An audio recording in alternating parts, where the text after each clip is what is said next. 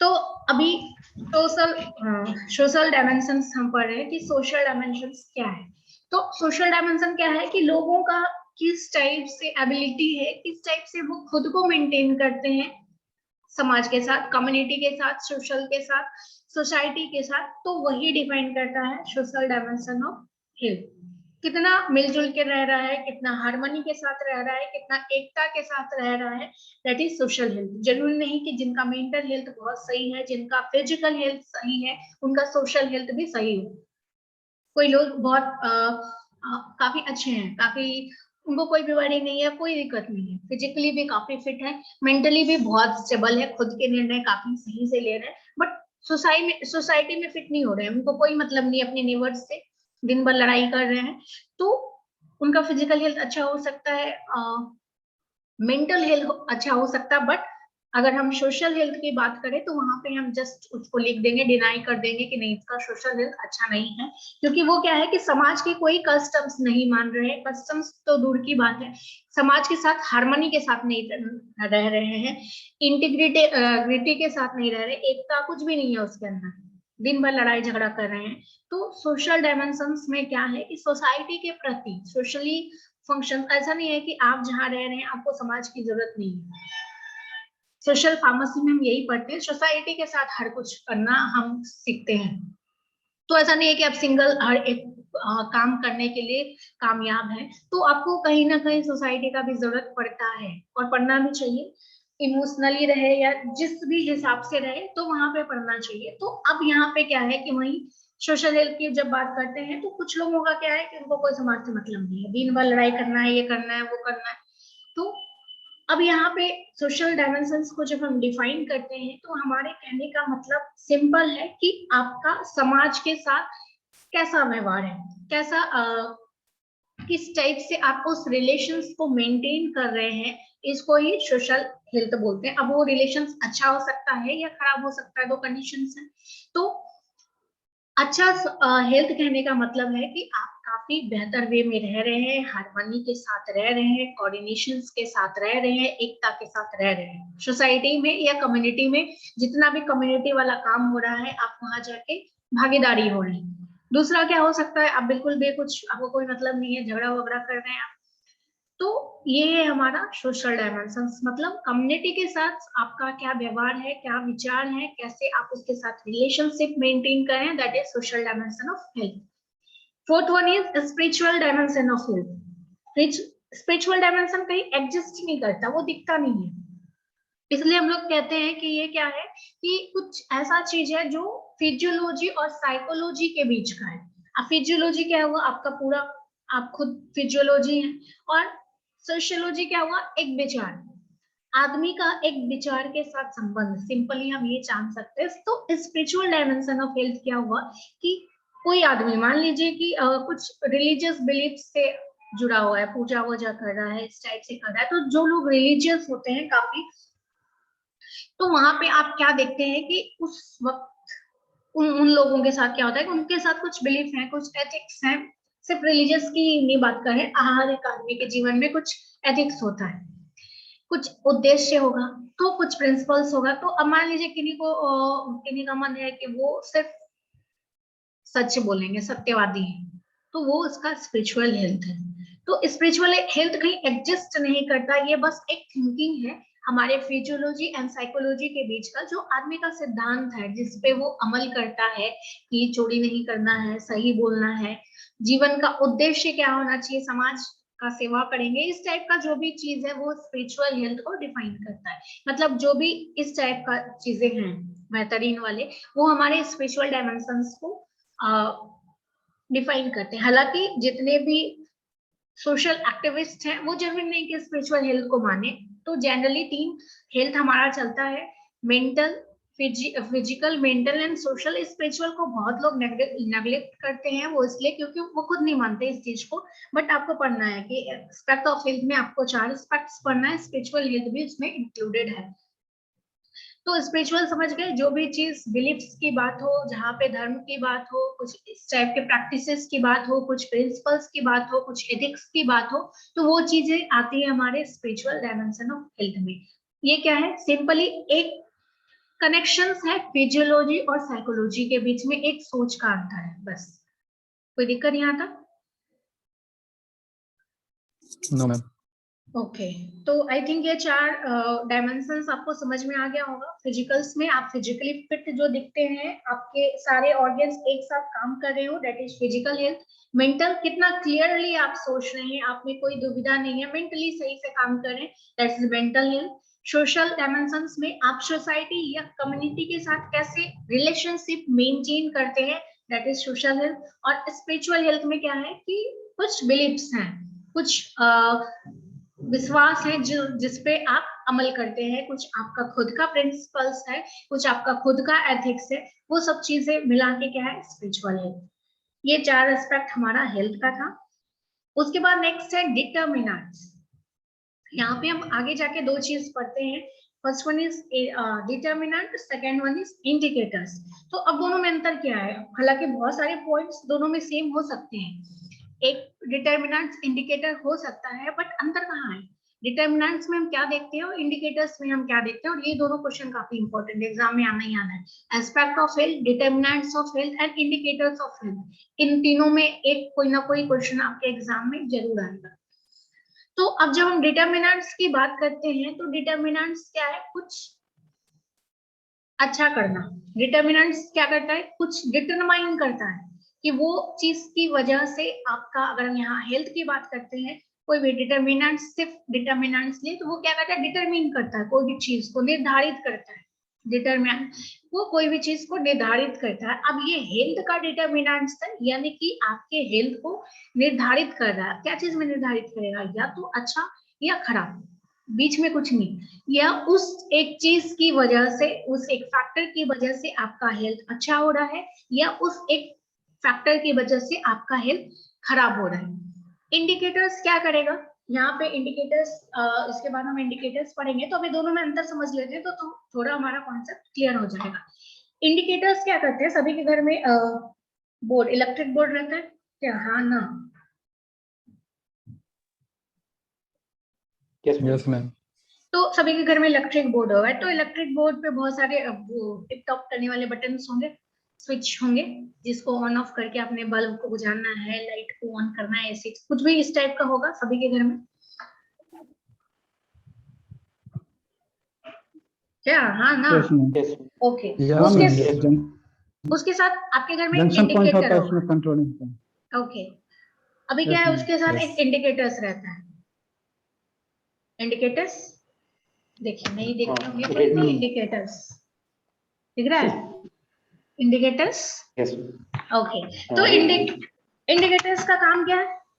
Indicators देख के आपको क्या पता चलता है कि लाइट है या यस, बस बस आप इंडिकेटर से यही चीज करते हैं कि लाइट है या नहीं है, बस इतना ही पता करते हैं, उससे ज्यादा कुछ नहीं पता करते हैं।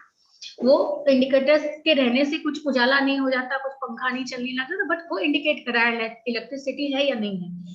तो आपको जब भी है, मान लीजिए सब कुछ बंद है, और जैसे कोई बोला लाइट है, तो आप क्या करते हैं? बोर्ड देखते हैं, इंडिकेटर्स देखते हैं, हाँ बोल देते हैं, हाँ है या नहीं है, वहां सबको पता चल जाता है। तो सेम इंडिकेटर्स भी वही काम कर रहा है हमारा। इंडिकेटर्स भी क्या कर रहा है कि इंडिकेट करता है वहां का हेल्थ कैसा होगा। उस एक इंडिकेटर से कोई फर्क नहीं पड़ना कि उसका हेल्थ अच्छा हो जाएगा या खराब हो जाएगा, बस वो इंडिकेट करता है हाँ है या नहीं है, बस इतना ही। जैसे आपका घर का इंडिकेटर करता है लाइट है या नहीं है, उसके रहने से कुछ उजाला नहीं हो जाता, पंखा नहीं चलने, कुछ नहीं हो जाता जब तक आप ऑन नहीं करेंगे। तो सेम ये यहाँ का इंडिकेटर्स और वो इंडिकेटर्स इंगित करता है बस वो कि वहां का हेल्थ कैसा होगा, बस ये इंगित करता है। और डिटर्मिनेंट्स क्या करता है? डिटरमाइन करता है, इसकी वजह से हाँ हेल्थ अच्छा होगा या खराब होगा। डिटर्मिनेंट्स को बल्ब के रूप में ले सकते हैं। बल्ब क्या करेगा? या तो बल्ब जलेगा तो लाइट होगा, मतलब उजाला करेगा, नहीं चलेगा तो नहीं करेगा। तो सेम चीज डिटर्मिनेंट्स के रूप में आप उसको एग्जांपल ले सकते हैं। तो डिटर्मिनेंट्स क्या करता है? कोई भी चीज डिटरमाइन करता है। यहाँ पे हेल्थ की बात करें तो हेल्थ को डिटरमाइन करता है अच्छे रूप में या बुरे रूप में। और दूसरा जो इंडिकेटर्स है वो बस इंडिकेट करता है। तो इंडिकेटर्स को भी हम छोड़ देते हैं, वो हम बाद में पढ़ेंगे। तो पहले डिटर्मिनेंट्स की बात करते हैं।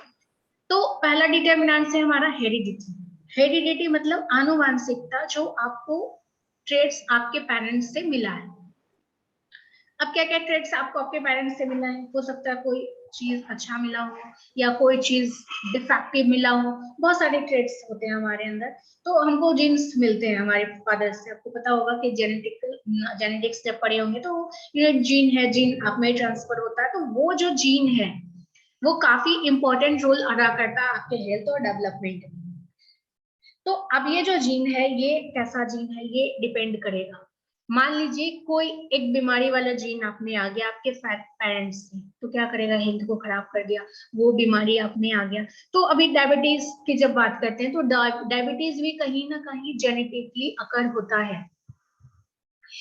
डायबिटीज हो गया या ब्लाइंडनेस हो गया, अल्जाइमर्स हो गया, और भी बहुत सारे ऐसे बीमारियां हैं जो कैरी ऑन होते होते हैं एक दूसरे पे। बैल्डनेस हो गया, बाल का जिनको कमी होता है। तो ये सब क्या होता है कि हेरिडिटी वाली चीज होते हैं, जो अनुवांशिकता है, आपके पेरेंट्स से आपको मिल रहे हैं, आपके ग्रैंड पेरेंट्स से आपको मिल रहे हैं, मतलब जनरेशन टू जनरेशन कैरी होता है।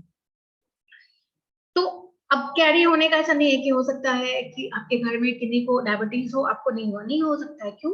क्योंकि जो भी जीन है वो दो तरह से होता है। जरूरी नहीं कि सिर्फ आपके मदर से ही आपको जीन मिल रहा है, फादर एंड मदर दोनों का जीन आपको मिलता है। आप बायोलॉजी में आपने पढ़ा होगा। तो वहां पे फिर जीन में क्या डिपेंड करता है, कौन सा डोमिनेंट है, कौन सा रिसेसिव है। अगर बीमारी वाला डोमिनेंट हो गया तो वो बीमारी आप में दिखेगा, नहीं तो एज ए रेसेसिव जीन वो आप में कैरी ओवर आपके जनरेशन टू जनरेशन हो जाएगा। जब भी वो डोमिनेंट होगा वो बीमारी दिखेगा। तो वो तो खैर बायोलॉजी की बात है, हम यहाँ पे पॉइंट्स की बात करते हैं। तो हेरिडिटी में क्या है कि हमारा हेल्थ जो है क्या है कि बहुत हद तक जेनेटिक्स पे डिपेंड करता है, हमारे जीन पे डिपेंड करता है जो हम अपने मदर एंड फादर से पाते हैं। अब ये जीन अच्छा हो सकता है, कुछ एक चीज मान लीजिए किन्हीं की मदर को काफी ब्यूटीफुल हेयर है तो वो भी डॉटर में कैरी हो गया, उसका भी बाल बहुत बेहतरीन है। उसके बाद दूसरा क्या हो सकता है डायबिटीज वाले जीन कैरी ऑन हो गए तो क्या हो गया, डायबिटीज हो गया। तो इस टाइप से आप क्या देखेंगे, डायबिटीज वाले जीन में कैरी हो गया तो वो डिटरमाइन कर दिया, हेल्थ खराब डिटरमाइन कर दिया। और दूसरा क्या हो गया, कुछ अच्छा ट्रेड चला गया तो वहां पे उसके हेल्थ को अच्छा कर दिया। उसके बाद नेक्स्ट हमारा क्या है कि लाइफ स्टाइल। तो लाइफ स्टाइल क्या है कि आप कैसे अपनी जिंदगी जीते हैं। हेरिडिटी को तो आप कुछ नहीं कर सकते, अगर वो कैरी ऑन भी हो गया तो उसमें आप कुछ भी नहीं कर सकते, ठीक है। साइंटिफिकली भी उसमें जनरली नहीं कर सकते। अभी बहुत सारे रिसर्च चल रहे हैं कि हेरिडिटी वाले जीन्स को कुछ खत्म कर सकते हैं क्या, तो अभी माइस वाइस में काम चलता है। तो वहां पे बहुत सारे रिप्लेसमेंट करते हैं, उनके जीन को बदल दिया जाता है बचपन में ही। जैसे वो न्यू बॉर्न हुआ तो उसको न्यू नेटल्स में बहुत सारे जीन बदल के बाद बहुत सारा उसमें है, तो उसको आने में भी बहुत टाइम है। तो हेरिडिटी वाला पार्ट हमारा कंप्लीट हो गया। दूसरा हमारा लाइफ स्टाइल है। तो हेरिडिटी वाला जो जीन आ गया हम उसको कुछ नहीं कर सकते, डिजीज होना है। अब उस डिजीज को रोकने के लिए दूसरा डिटर्मिनेंट्स क्या है हमारा, लाइफ स्टाइल।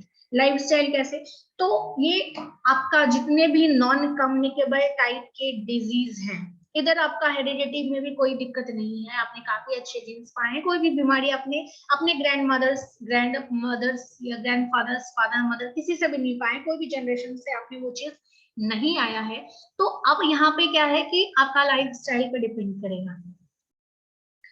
तो अभी तक आपको कोई बीमारी नहीं है, ठीक है, बट आपका लाइफ स्टाइल कैसा है, 2 बजे तक आप जग रहे हैं रात, और उसके बाद अभी 10 बजे उठ रहे हैं, क्या कर रहे हैं, उठते के साथ एक्सरसाइज कर रहे हैं, क्या कर रहे हैं। तो आपका लाइफ स्टाइल बहुत ग्रेट रोल प्ले करता है आपके हेल्थ में। आपका लाइफ स्टाइल जितना बेहतरीन होगा उतना वो हेल्थ को प्रमोट करेगा, नहीं तो क्या करेगा, आपके हेल्थ को एडवर्सली अफेक्ट करेगा।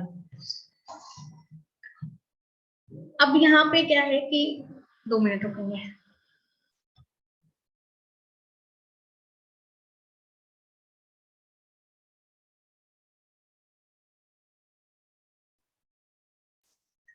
तो अब लाइफ स्टाइल में क्या है, इंडिविजुअल्स का है, काफी अच्छा है। मान लीजिए कि 2 आदमी का हम एग्जांपल लेते हैं। एक आदमी है जो 6 o'clock उठ रहा है, मॉर्निंग वॉक कर रहा है, हेल्दी स्नैक्स हेल्दी ब्रेकफास्ट लिया, फिर वर्क पे गया, उसके बाद वहां पे भी जो लंच है वो काफी अच्छा लिया, मतलब नॉरिश डाइट लिया, सामने स्नैक्स लिया, स्प्राउट्स लिया, रात में एक पर्टिकुलर टाइम पे वो सो गया।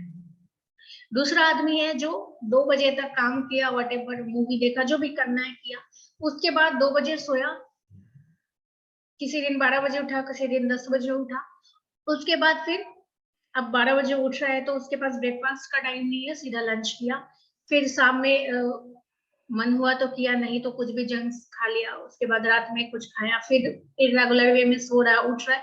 तो दोनों का जो लाइफ स्टाइल है, आप खुद जज कीजिए कि किसका बेहतर हेल्थ होगा, किसका होगा। पहले वाले जो का ठीक टाइम टेबल पे फॉलो करता है टाइम टेबल। या तो आपका हेल्थ को आपका लाइफस्टाइल काफी डिटरमाइन करता है। तो दूसरा पॉइंट इजीली समझ में आया होगा। थर्ड पॉइंट है सोशियो इकोनॉमिक फैक्टर। यहाँ तक में किसी को कोई प्रॉब्लम है, कोई क्वेश्चन? नहीं।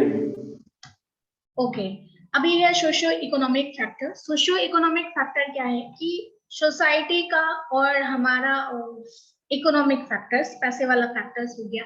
तो सोसाइटी से क्या मतलब है, हमको क्या प्रॉब्लम है अभी हमको सोसाइटी से, ये कैसे हमारा हेल्थ डिटरमाइन करेगा। तो जरूरी नहीं कि आप सिर्फ हेल्दी बनना चाहें और आप पूरा हेल्दी हो, उसमें सोसाइटी का भी फर्क है। मान लीजिए सोसाइटी वैसा नहीं है, दिन भर लड़ाई झगड़ा कर रहा है, तो आप मेंटल स्ट्रेस में है। मेंटल जैसे आ गए वैसे, जैसे ही स्ट्रेस आया डिफरेंट बीमारियां आप में आ रही है, ओबेसिटी बढ़ने लग जाएगा, डायबिटीज होने लग जाएगा, सारे इंजाइम्स, सारे हार्मोन्स अलग अलग काम करने लग जाएंगे, बहुत सारी बीमारियां हैं स्ट्रेस जैसे बढ़ा। तो ये जो सोशल इकोनॉमिक फैक्टर है ना हमारा, ये काफी अहम रोल है हमारे हेल्थ में।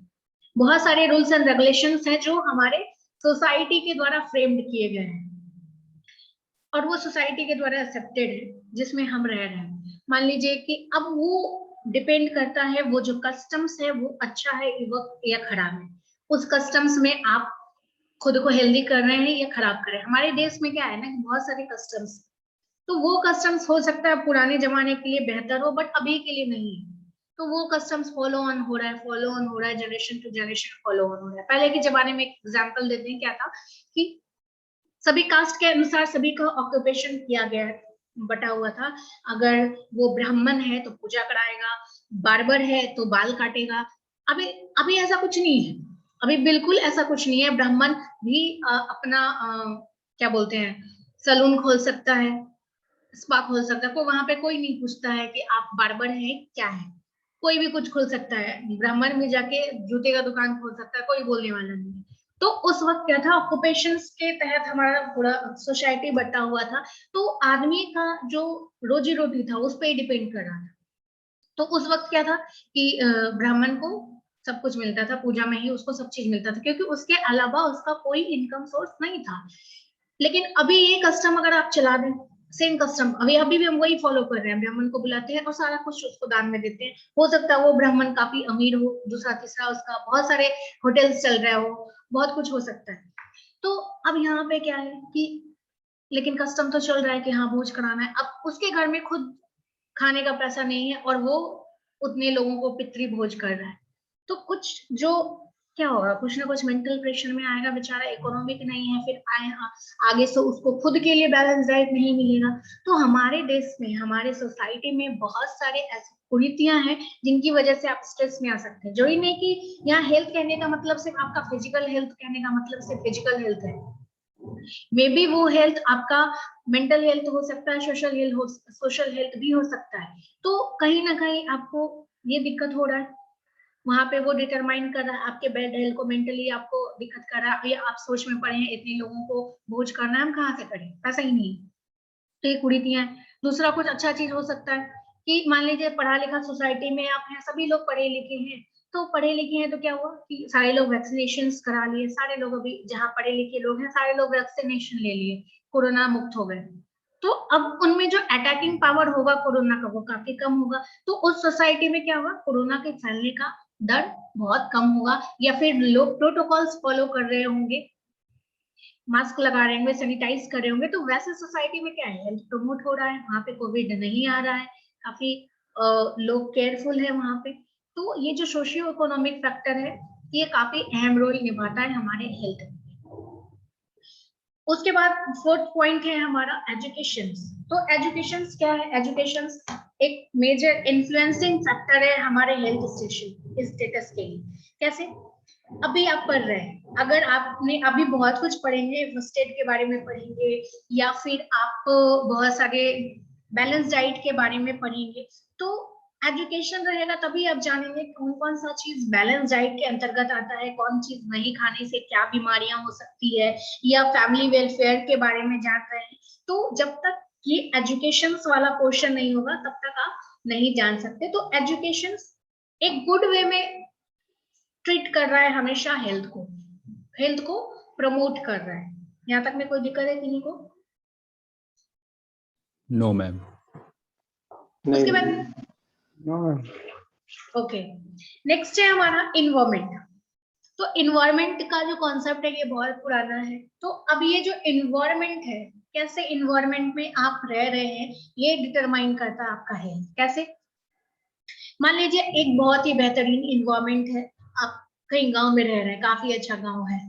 गांव में हम क्या है कि प्योरिटी काफी ज्यादा, बहुत प्योर एयर है, प्योर वाटर है, हर कुछ प्योर मिल रहा है आपको। वही एक आदमी मेट्रो में रह रहा है, हालांकि वो काफी एजुकेटेड है, हर कुछ बहुत बेहतरीन है वहां का, बट कुछ हर कुछ सही है, बट वहां पे क्या है, पॉल्यूशन काफी ज्यादा है। मेट्रो में है, बहुत ज्यादा पॉल्यूशन है, नहीं भी कुछ करके वो डेली स्मोकिंग भी नहीं कर रहा, बट बहुत ज्यादा स्मोक उसके लंग्स में भरे जा रहा है। तो उस कंडीशंस में क्या है कि वो कंडीशंस, वो एक इन्वायरमेंट, वो एक आदमी के लिए बिल्कुल भी फेवरेबल नहीं है। अब ये जो फेवरेबल नहीं है तो क्या हो गया, उसको बहुत ज्यादा सांस वाला दिक्कत होने लग गया, अस्थमा हो सकता है।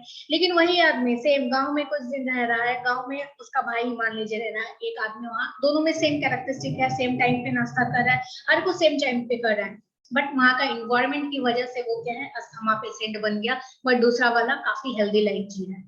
क्यों? इन्वायरमेंट का दिक्कत है, इन्वायरमेंट का दोनों को प्रॉब्लम है। एक को एलर्जी हो गया इन्वायरमेंट से क्योंकि वहां पे काफी डस्ट है, बहुत एयर पॉल्यूशन है।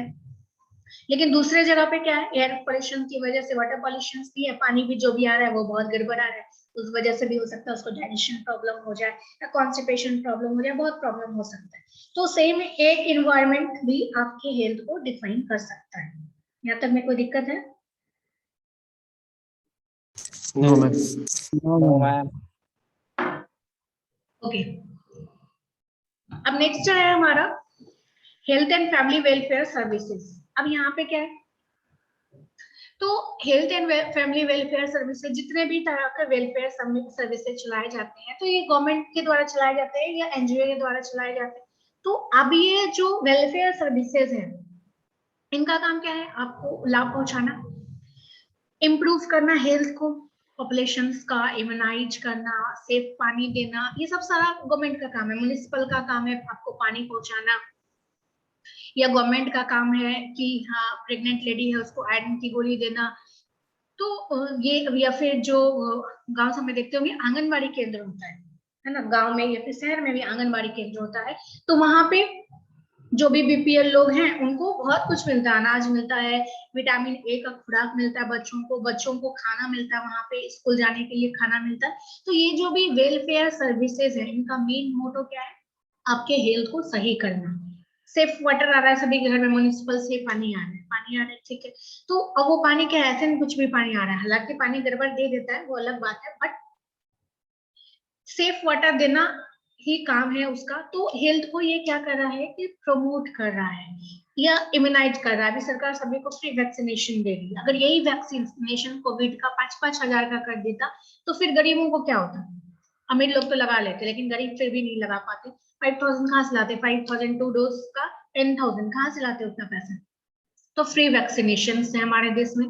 तो वैक्सीनेशन में क्या है, अभी सभी लोग लगा लिए, तो अब क्या है कि सभी के पास कोरोना से लड़ने का शक्ति है, इम्यूनिटी आ गया सभी के अंदर में। तो अब जो अटैकिंग पावर होगा कोविड का वो कम होगा। तो health and family welfare services के तहत क्या करते हैं, हेल्थ को हम लोग इम्प्रूव करते हैं। लेकिन ये ठीक है, वेलफेयर सर्विसेज तो चला रहे हैं, ठीक है सरकार चला रही है, बट दूसरा कंडीशन क्या है यहाँ पे, डिमांड्स हमारे साथ है कि हम उसको कितना यूटिलाइज कर रहे हैं, यूटिलाइजेशन पावर हमारा कितना है। जो जितना यूटिलाइज किया उतना ज्यादा हेल्थ को बेहतर बनाया। मान लीजिए एक गांव में क्या हुआ कि कोई एक वजह से, आपने बहुत कुछ सुना होगा पोलियो वैक्सीन के बारे में, बहुत पहले आता था कि पोलियो की खुराक पी के इतने बच्चे मर गए, बहुत सारा आपने न्यूज सुना होगा इस चीज से, क्यों मर गए? तो फिर लोगों को लगता है ये वेलफेयर सर्विसेज में गड़बड़ है, ये दवाइयों में गड़बड़ है। लेकिन गड़बड़ी कहाँ हुआ? ऐसा न्यूज कभी सुने? नहीं सुने? कोरोना वाला वैक्सीन में सुने हुए थे। कोविड वैक्सीन में सुने, ओके। तो इससे पहले पोलियो का भी ऐसा बहुत कुछ आता था कि बच्चे में मर गए, पीके जहरीला था। तो ये क्यों हो रहा है अभी? ये गवर्नमेंट का कोई गलती नहीं है। ऐसा नहीं है कि गवर्नमेंट ने वो दवाइयां दी, वो खराब दवाइयां। कोई भी दवाइयां जब भी आती है ना, जब उसका विदाउट क्वालिटी कंट्रोल वो बैच का दवाई निकलता ही नहीं है। मान लीजिए छोटा कंपनी में ही आप गए, पैरासीटामोल बन रहा है, तो वो जो पैरासीटामोल बन रहा है वो डायरेक्ट मार्केट में नहीं आता, पहले उसका क्वालिटी चेक होता है, क्वालिटी कंट्रोल में वो जाता है, उसी के डिपार्टमेंट में क्वालिटी चेक करने के लिए आदमी है, वो चेक किया कि हाँ ये चीज है, उसके बाद वो मार्केट में आता है। तो वहां से तो वो अप्रूव्ड होकर निकला, फिर दिक्कत कहाँ हुआ? तो जैसे पोलियो की हम बात करें तो पहले बहुत ये न्यूज में आता था पोलियो की वजह से इतने बच्चे मर गए। तो पोलियो को -डिग्री में रखना होता है। पोलियो का आप देखे होंगे कि वो जो पोलियो पिलाने वाले थे उसके पास एक ब्लू कलर का बक्सा है। हाँ बॉक्स, हाँ यस तो मैम। वो बॉक्स में क्या रहता है कि वो उसको -डिग्री में रखना होता है, काफी कोल्ड इन्वायरमेंट में उसको रखना होता है। अब ये जो लोग हैं, ये लोग कौन उठा के चलते हैं?